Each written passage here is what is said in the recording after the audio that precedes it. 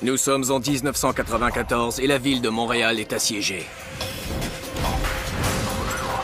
Les Hells Angels et les Rock Machines se battent jusqu'à la mort. C'est une guerre pour le contrôle du commerce de la drogue. On pouvait faire des milliards par année avec la drogue. Un homme est à l'origine du conflit. Le chef des Hells Angels, Maurice Mom Boucher. J'ai été le premier à le voir tuer quelqu'un. Mom Boucher veut le contrôle total au Québec. Peu importe le prix. Il était dans son monde. Il pensait qu'il était le roi, qu'il était intouchable.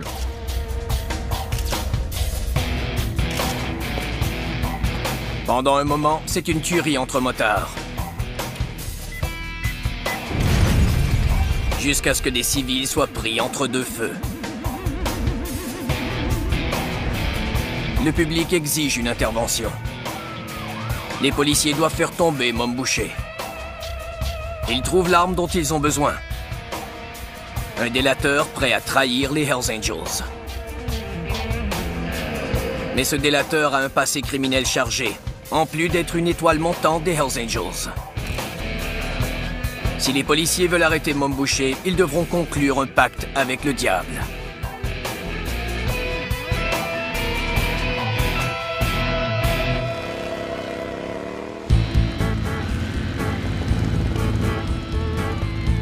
Les Hells Angels s'implantent au Canada en 1977. Leur repère est à Montréal, au Québec. Les Québécois semblent immédiatement embrasser le mythe romantique du motard rebelle qui fait la fête. Le mythe autour du groupe exalte l'imagination de plusieurs jeunes hommes.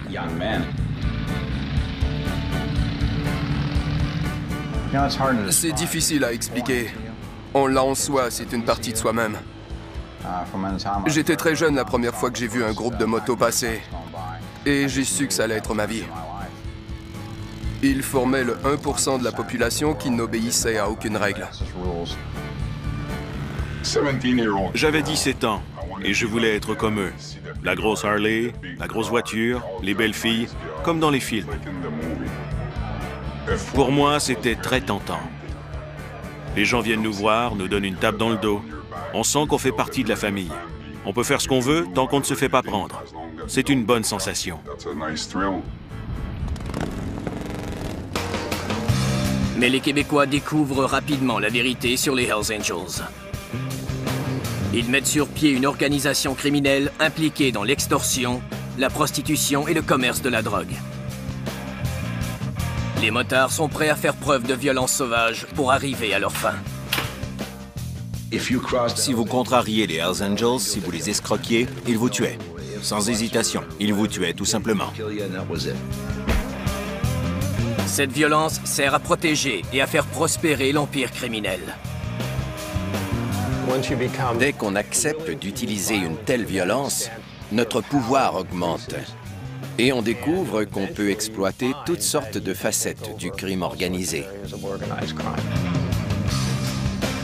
Un homme est responsable d'avoir transformé les Hells Angels en l'une des machines criminelles les plus puissantes que le pays ait connues.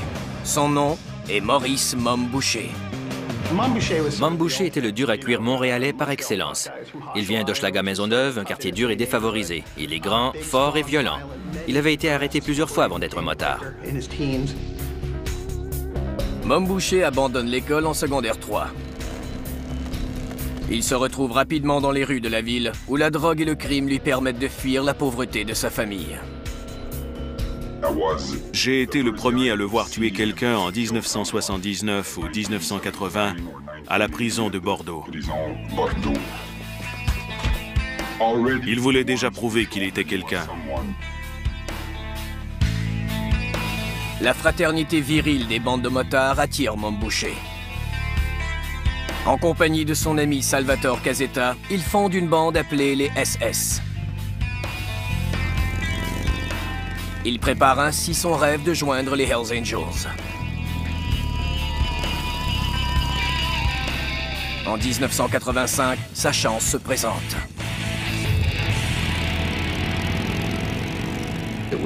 C'était très tranquille avant les fameux événements de Lennoxville. Je crois que c'est là que tout a commencé. En 1985, il y a 2 chapitres des Hells Angels à Montréal. Les membres du chapitre de Laval sont surtout intéressés à avoir du bon temps. Ils consomment souvent la cocaïne qu'ils sont censés vendre. Les Hells Angels du chapitre de Sorel, un chapitre plus axé sur les affaires, en ont assez. Il est temps de passer un message à la manière des Hells Angels.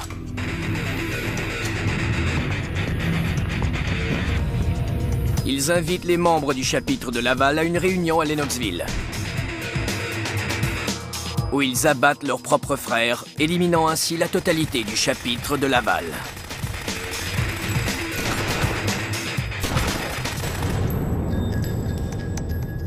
Les Hells Angels ont alors fait monter le niveau de terreur, d'intimidation et de violence. On n'avait jamais vu des motards comme eux.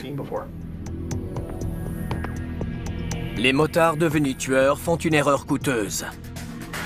Un membre de la bande rivale survit.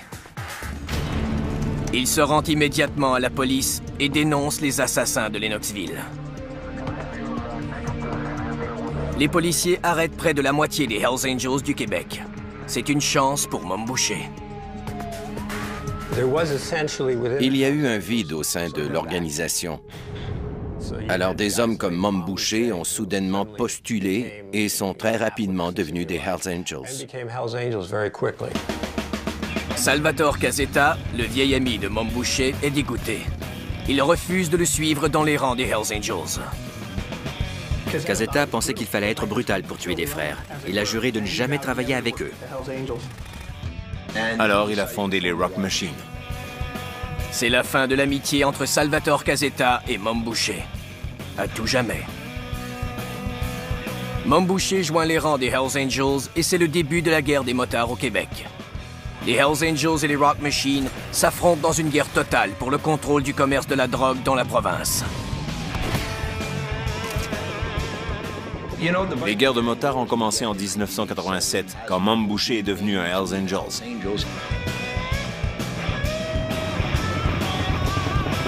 Mom Boucher a pour les Hells Angels des visions de domination, de pouvoir et de richesse.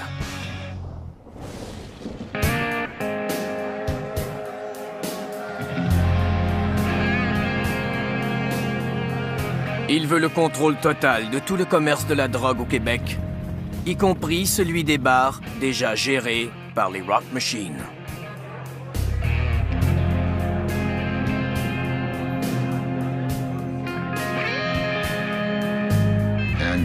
Il visitait tous les bars de Montréal qui n'étaient pas déjà contrôlés par les Hells Angels.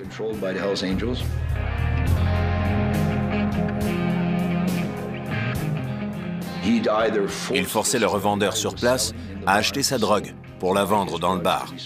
Ou bien il forçait le propriétaire à laisser ses hommes le faire. S'il refusait, le bar brûlait.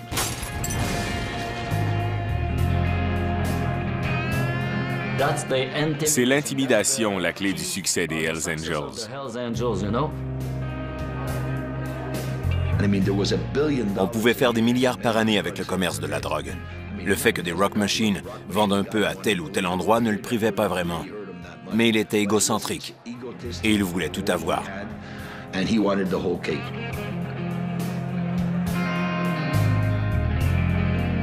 C'est une guerre sanglante de territoire qui commence.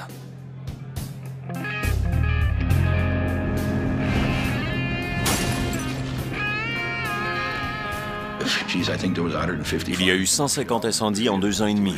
Ils mettaient sans arrêt le feu à des bars. Il y avait des bombes, des fusillades. On portait des gilets pare-balles tous les jours. J'avais toujours une arme à feu et j'ai très souvent changé de voiture.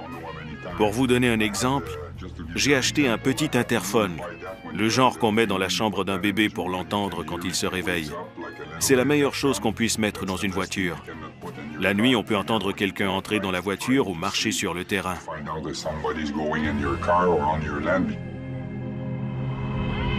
Au début des années 90, Mom Boucher devient le chef incontesté des Hells Angels de Montréal.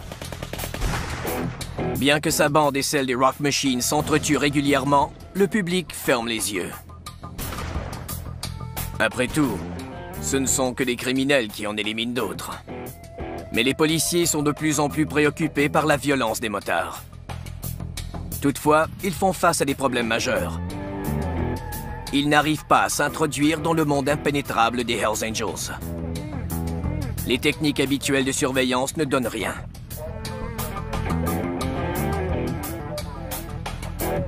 C'est presque impossible pour les agents d'infiltration de s'introduire parmi les Hells Angels. Les motards réussissent à éloigner les policiers grâce à leur processus d'adhésion simple mais efficace. On entre d'abord dans les Hells Angels en étant sympathisant. Pendant environ un an, le sympathisant est l'esclave des motards. Il transporte leurs sacs, les conduit où ils veulent et il est toujours à leur entière disposition. Quand il a fait ses preuves, à travers le crime, en vendant de la drogue, en tuant ou en battant quelqu'un, il devient alors une recrue. Ça prend au moins 5 ans pour gravir les échelons et devenir un membre. Peu de corps policiers peuvent se permettre d'attendre 5 ans avant de lancer une enquête. Sans enquêteurs à l'intérieur de la structure des Hells Angels, on ne peut procéder à des arrestations significatives. Le mieux que les policiers puissent faire est d'arrêter des motards dans l'espoir que leurs visages correspondent à des noms qui circulent dans la rue. Mais la situation est sur le point de changer. Un super espion donne aux policiers l'accès au monde secret des Hells Angels. Danny Kane vient d'une petite ville du Québec. Trop pauvre pour élever leurs 3 enfants, ses parents l'envoient vivre avec un oncle qui n'a pas d'enfants. Je crois que ça a beaucoup contribué à faire de lui un solitaire. Danny n'a jamais été un bon élève et il a aimé les motos dès l'âge de 16 ans. Il était ambitieux, mais aussi paresseux. 2 traits de caractère partagés par plusieurs motards. C'est comme ça qu'il a commencé à faire des introductions par effraction et à vendre de la drogue et des armes. De là, les choses ont empiré. Puis, il a acheté une moto.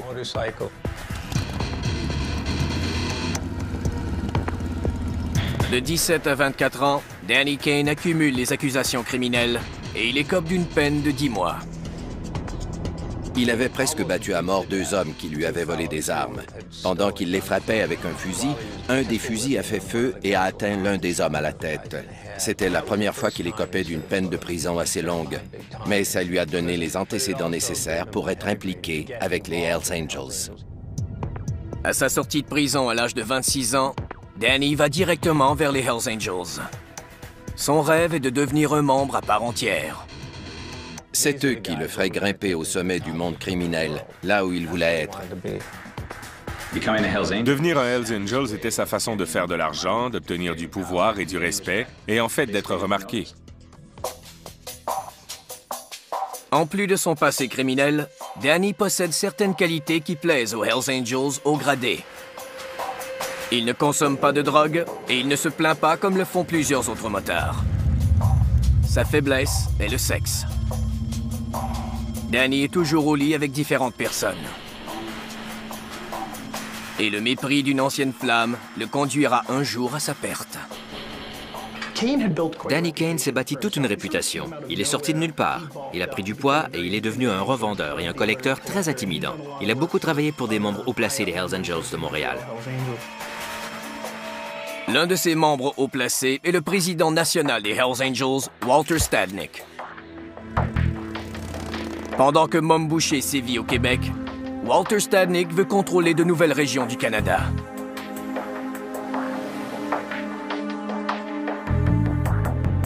Mais tous ne partagent pas son rêve.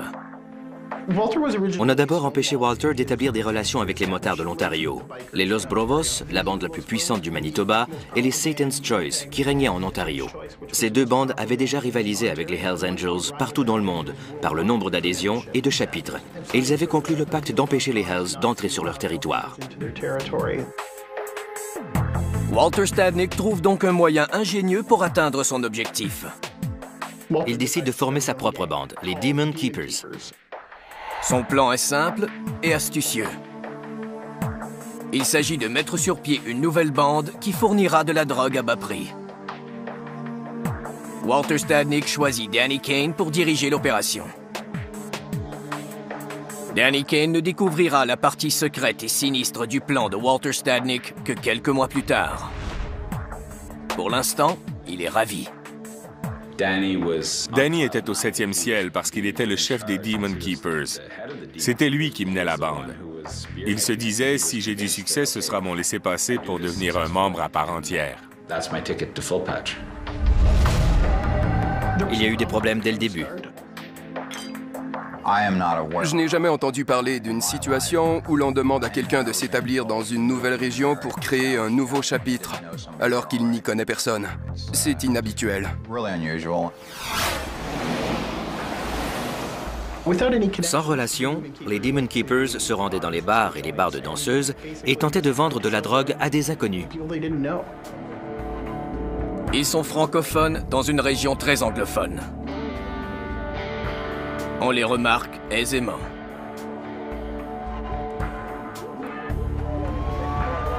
Le 1er avril 1994, on arrête Danny Kane. Ils ont trouvé de la drogue, des armes et un coffre rempli de vestes aux couleurs des Demon Keepers. Les policiers savaient ce qui se passait. Danny Kane a porté le blâme, même s'il était celui qui avait le plus à perdre, parce qu'il avait déjà été condamné et emprisonné.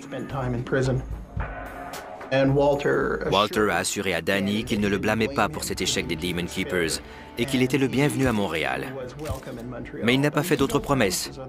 Il n'a pas fait de lui une recrue, ni un membre. Danny était vexé.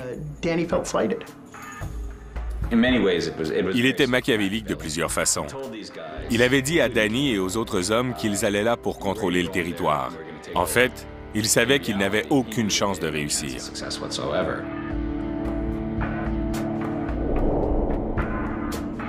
En prison, Danny réalise qu'il n'était qu'un pion dans le plan de Walter Stadnick.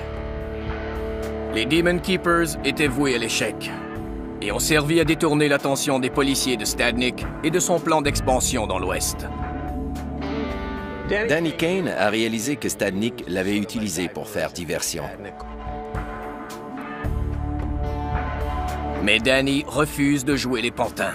Il se met à élaborer un plan pour faire tomber Walter Stadnick, Mom Boucher et les Hells Angels. Dans les rues de Montréal, des bandes de motards rivales s'affrontent pour le contrôle du commerce de la drogue dans la ville. Les policiers sont incapables de percer le mur du silence qui entoure les Hells Angels.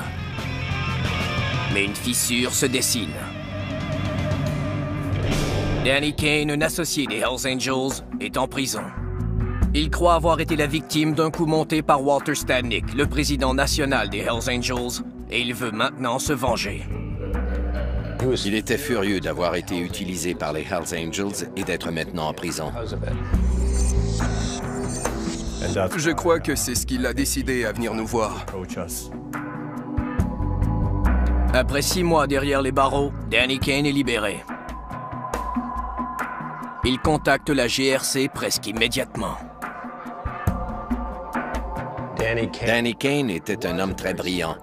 Il se trouvait très brillant et considérait les autres motards comme de vrais idiots. Il devient dénonciateur pour la GRC. Il voulait se venger des Hells Angels. Les policiers ont enfin une arme secrète. Un super espion au sein de la bande de motards. Pour Danny, les enjeux ne pourraient être plus élevés. Si les motards avaient découvert ou même soupçonné que Danny était un délateur, ils l'auraient tué sur le champ. Et sa mort aurait sûrement été longue et douloureuse. Pour Danny, le risque fait partie de l'aventure. Il adorait la sensation que lui procurait le fait de berner les gens. Il aimait jouer sur les deux tableaux. Il se sentait puissant.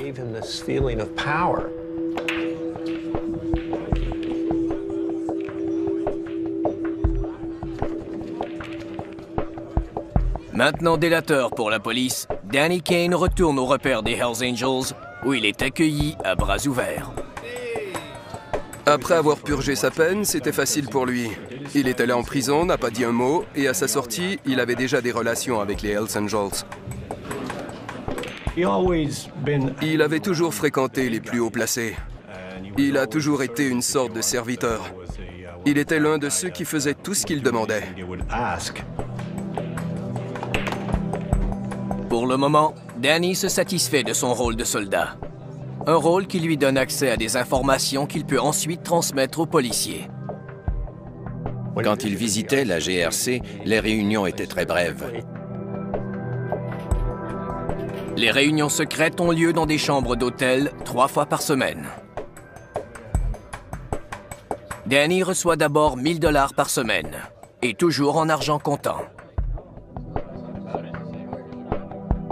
En échange, les policiers obtiennent des détails au sujet des attaques planifiées par les Hells Angels, des meurtres qu'ils ont commis et le nom des prochaines victimes. En plus d'être délateur pour la police ainsi qu'un sympathisant des Hells Angels, Danny partage sa vie avec sa conjointe, Patricia. Il tente d'être un homme de famille normal, un conjoint et aussi un père pour le fils de Patricia. Son travail était son travail. Aussitôt qu'il rentrait à la maison, il était simplement Danny, sans insigne ni rien. Le bon vieux Danny. Pour survivre, Danny mêle rarement les deux mondes. Avec le temps, il avait développé une capacité phénoménale à séparer ses différentes vies.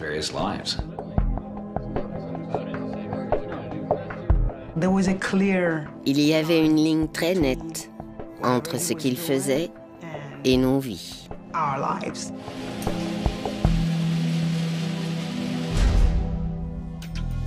Danny passe toutefois la majeure partie de son temps avec les Hells Angels.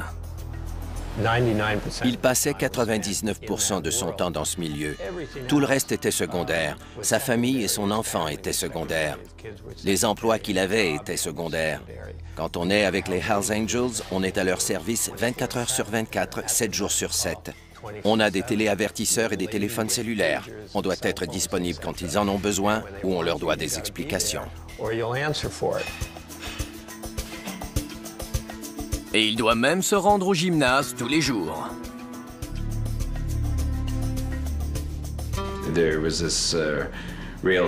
Les Hells Angels du Québec avaient cette esthétique de super-héros. Ils avaient tous des cuisses et des biceps ridiculement développés. Même au gymnase, Danny Kane observe et écoute Maurice Momboucher. Il emmagasine des informations, notamment ses plans de faire sauter les barres et les repères des Rock Machine. Il donnait beaucoup d'informations au sujet des organisations, des gens impliqués, de ceux qui fabriquaient les bombes et où elles seraient posées dans la ville.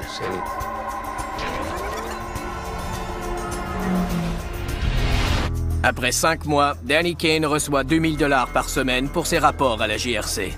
Ce qui fait de lui le délateur le mieux payé de l'histoire. On ne peut sous-estimer le côté financier. Et Danny dépense son argent rapidement, surtout avec des femmes séduisantes. L'argent a toujours été très, très important. L'argent lui permettait de faire la fête avec les hauts gradés et d'avoir les femmes qu'il voulait. Il pouvait vivre à 100 000 à l'heure et il adorait ça.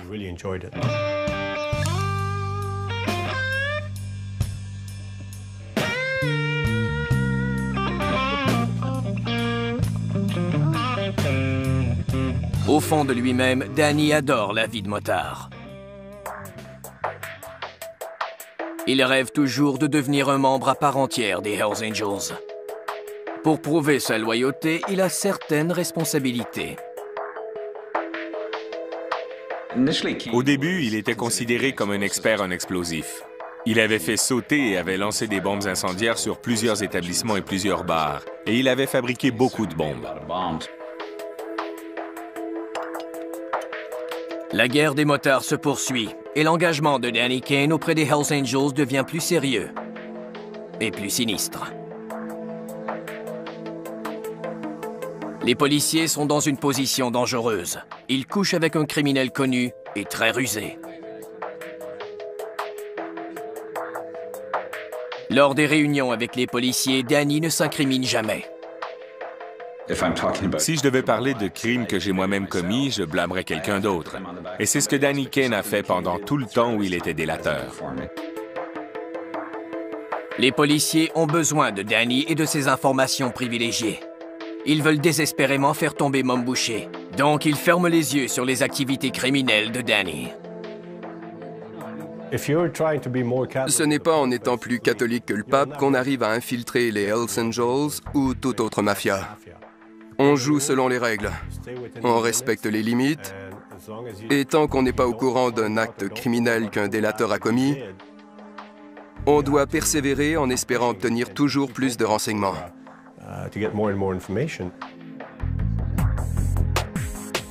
Pendant que Danny Kane joue sur les deux tableaux, Mom Boucher devient de plus en plus puissant en s'appropriant le territoire rival. Mais ce n'est pas si facile. Les Rock Machines se défendent. On doit recruter des gens qui s'opposent à ce que les Hells Angels tentent de faire. Les Rock Machines commencent donc à recruter des petits truands et des revendeurs de drogue indépendants pour renforcer leurs troupes dans la guerre qui les oppose aux Hells Angels de Mom Boucher. On était certain qu'on les frapperait tellement fort qu'ils ne sauraient pas d'où ça venait. La tentative de Mom Boucher de prendre le contrôle du crime organisé au Québec se transforme en une guerre totale. J'imagine qu'ils ont compris qu'ils avaient des opposants.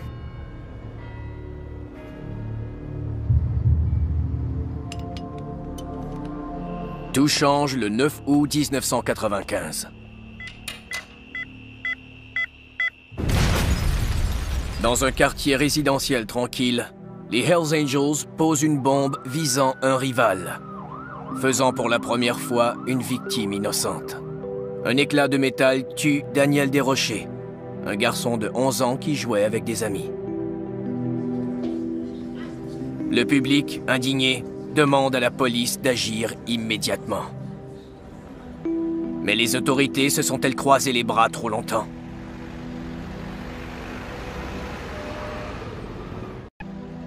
La guerre opposant les Hells Angels aux Rock Machines s'étend maintenant dans les rues de Montréal. Le public est indigné par la mort du jeune Daniel Desrochers, 11 ans. Les motards ont dépassé les bornes. On demande aux autorités d'agir. Ce qui me dérange dans cette histoire, c'est qu'ils ont utilisé une commande à distance. Ils n'étaient pas à 5 km plus loin, ils étaient juste de l'autre côté de la rue. Ils ont vu l'enfant sur le trottoir. Il n'y a aucun doute. Ils s'en fichaient. Ils avaient un travail à faire et c'est tout. Quand ils ont déclenché l'explosion, ils s'en foutaient complètement.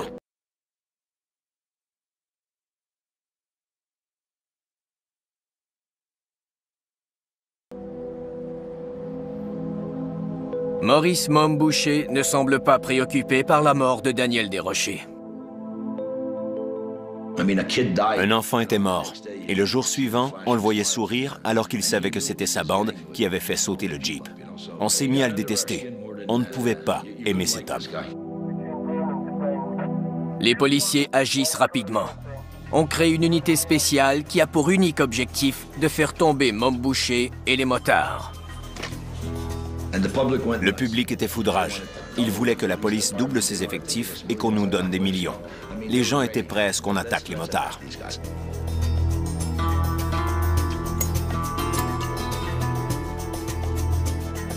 D'autres chapitres des Hells Angels et de bandes de motards tentent de convaincre Mom Boucher de mettre fin à la guerre. Leur motif est la cupidité. Une plus forte présence de la police les empêche de conduire leurs activités illégales. La majorité des Hells Angels au Canada, puis tous les Rock Machines et les Bandidos du monde entier voulaient qu'on fasse la paix là-bas.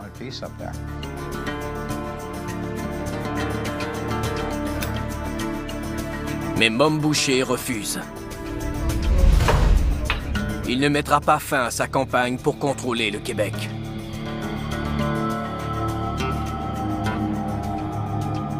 Les policiers cherchent n'importe quelle raison pour le faire emprisonner.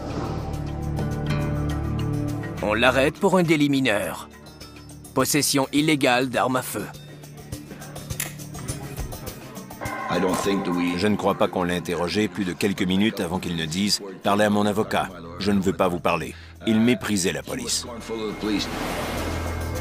Après seulement 6 mois en prison, Mom Boucher est libéré.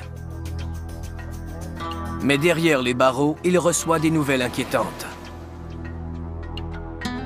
Un policier s'est vanté d'avoir eu accès à un délateur parmi les Hells Angels. Mom Boucher veut maintenant découvrir le traître à tout prix. Il ne faisait plus confiance à personne. Il avait une courte liste de délateurs potentiels.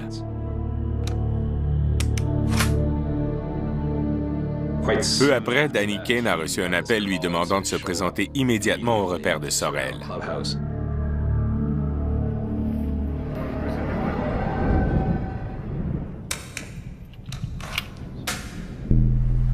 Il était évidemment terrorisé.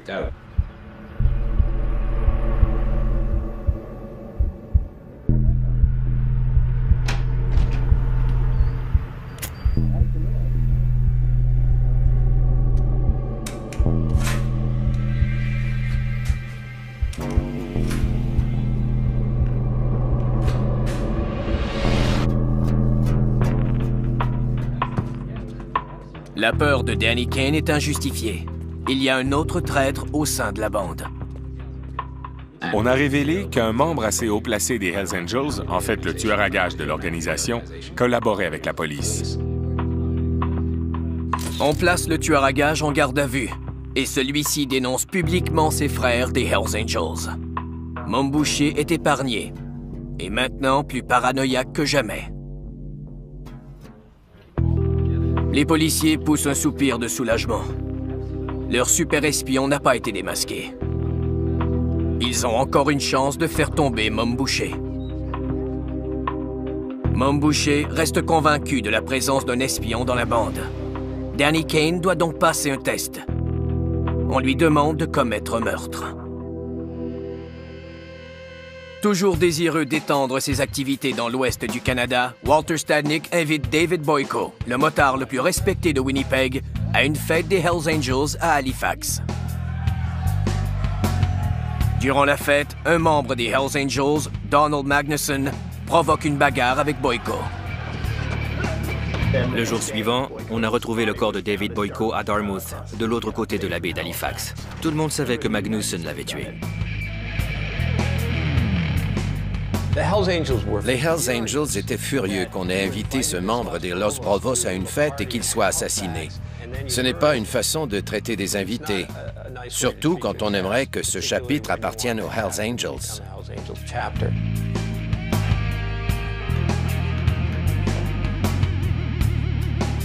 Mom Boucher a maintenant la chance de tester l'allégeance de Danny Kane.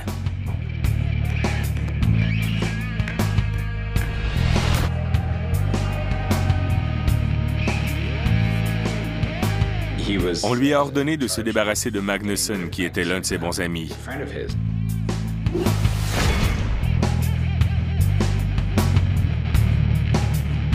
Ça l'a rendu très anxieux.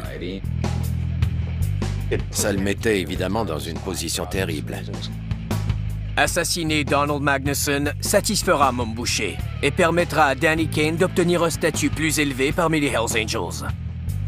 C'est ce qu'il veut désespérément. Mais c'est un sérieux problème pour les policiers qui utilisent ses services. On ne peut pas tuer des gens librement quand on est délateur pour la police. Mais si Danny refuse de commettre ce meurtre, Mom Boucher n'y verra qu'une explication. Danny Kane est un délateur.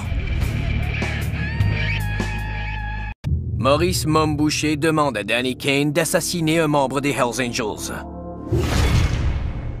Cela pose un sérieux problème pour Danny.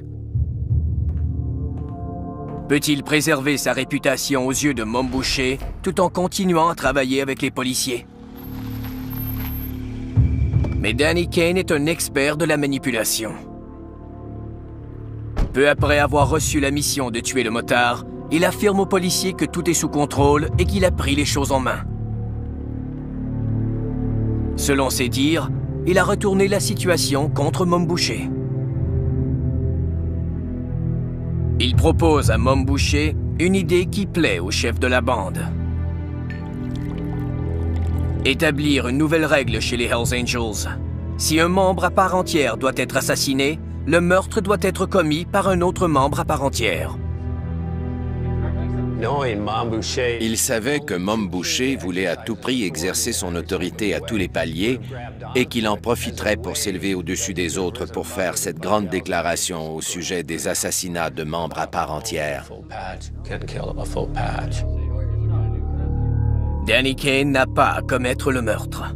Il n'a pas le statut nécessaire pour assassiner Donald Magnuson, un membre à part entière. Les policiers sont soulagés. Une fois de plus, Danny a évité le désastre. Mais ils n'ont toujours pas assez de renseignements pour faire emprisonner Mom Boucher. Ils ont besoin que Danny obtienne de meilleures preuves.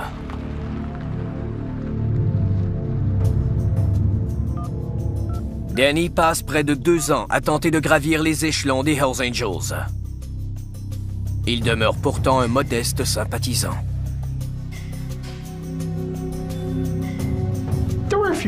Il y avait quelques problèmes qui empêchaient Danny de monter. Ils avaient des soupçons sur ses activités. Comme on lui donnait 2000 $ par semaine, il avait beaucoup d'argent pour payer les repas, l'alcool et le reste.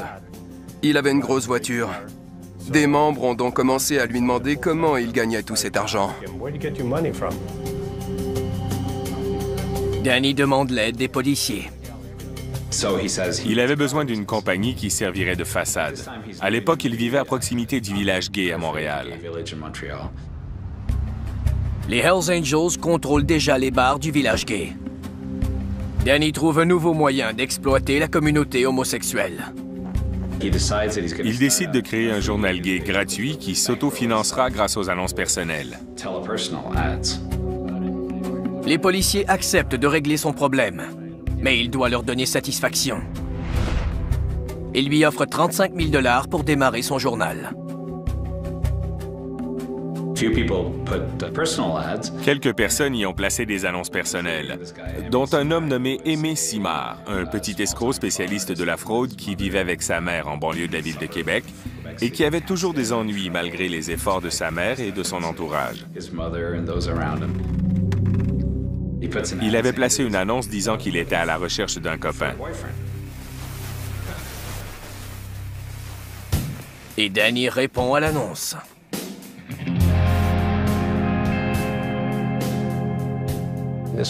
C'était l'euphorie.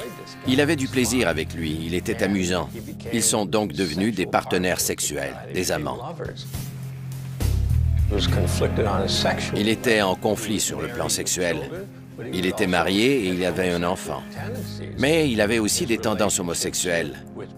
Il cachait ses relations avec des gens comme Aimé Simard aux Hells Angels, qui n'acceptent pas les relations homosexuelles. Les pédophiles, les délateurs et les homosexuels sont tous perçus de la même façon par la majorité des motards du monde entier. Pour Danny, Aimé Simard est un jouet et quelqu'un qu'il peut aisément contrôler. Parce que Simard est fou de lui et de son mode de vie criminel. Aimé Simard voulait vraiment faire partie du monde très viril des motards.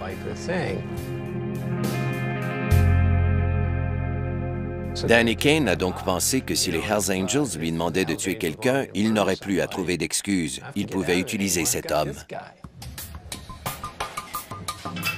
Danny commence à présenter Aimé Simard comme une recrue potentielle à ses compagnons des Hells Angels. Puis, il l'implique dans ses activités criminelles. Mais il regrette rapidement de l'avoir mêlé à ses affaires. C'était le caractère d'Amy Simard. Il parlait et se vantait à tout le monde de tout ce qu'il faisait et il semblait totalement incapable d'en comprendre les conséquences. Après quelques mois, Danny Kane constate qu'Amy Simard est un fardeau. Les Hells Angels ont rapidement conclu qu'il causait plus de problèmes qu'autre chose. Danny contacte de moins en moins les policiers et ces derniers deviennent impatients. Ils se demandent si Danny Kane préfère être un motard plutôt qu'un délateur. Ils mettent de la pression.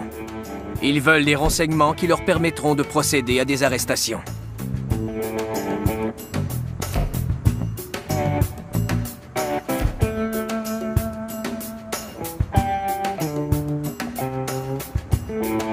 Il dit aux policiers qu'il a vu Amy Simard cacher l'arme à feu utilisée pour tuer Jean-Marc Casey, un petit revendeur pour les Rock Machine. L'arme se trouve dans un casier du gymnase. Les policiers surveillent l'établissement et arrêtent Amy Simard au moment où il récupère l'arme.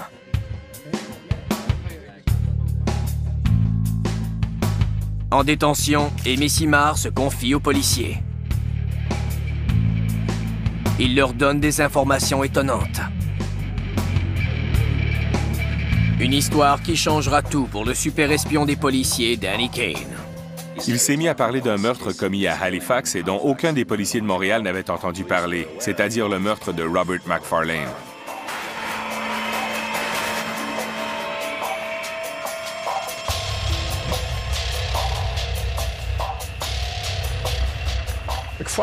McFarlane était un fauteur de troubles d'Halifax qui prétendait aussi être un allié des Hells Angels. Les motards n'appréciaient pas et il l'avait averti. Il n'en a pas tenu compte et ils l'ont finalement tué.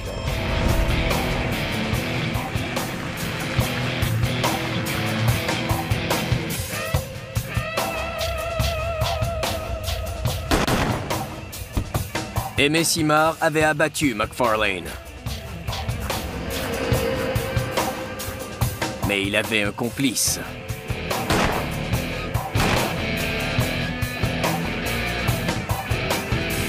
Le super espion de la GRC, Danny Kane.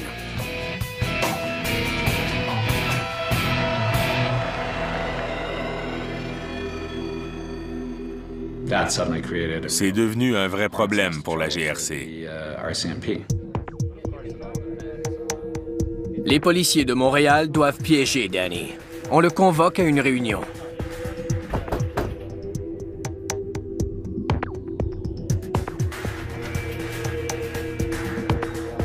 À son arrivée, des agents de la GRC d'Halifax sont sur place pour l'arrêter.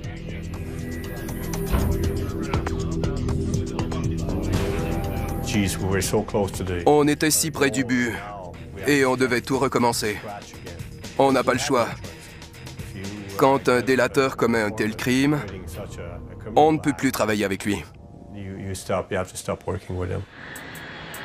Aux mains de la police locale, Danny Kane est envoyé à Halifax. Kane a probablement été beaucoup trop confiant en pensant que les policiers le protégeraient à tout prix. Il croyait pouvoir dénoncer Amy Simard et que même si ce dernier le dénonçait à son tour, les policiers s'arrangeraient pour qu'il ne soit pas arrêté pour le meurtre de McFarlane ou pour tout autre crime dont Amy Simard aurait été au courant. Mais Danny a tort. Il est accusé de meurtre et emprisonné. En 1997, Danny Kane est derrière les barreaux et les policiers sont de retour à la case départ. Leur pacte avec le diable n'a rien donné. Ils n'ont plus accès aux informations privilégiées et la guerre des motards continue. Plus de violence, de sang et de meurtre. Au cours des 5 prochaines années, Maurice Momboucher et les Hells Angels feront ce qu'aucune autre organisation criminelle n'a réussi. Ils deviendront le premier empire criminel à régner au Canada d'un océan à l'autre. Ils sont plus puissants au Canada que dans tout autre pays. Et l'on ne semble pas pouvoir les arrêter. Ou presque. Parce que Danny Kane n'a pas encore donné sa dernière performance. Et ce sera de loin la meilleure.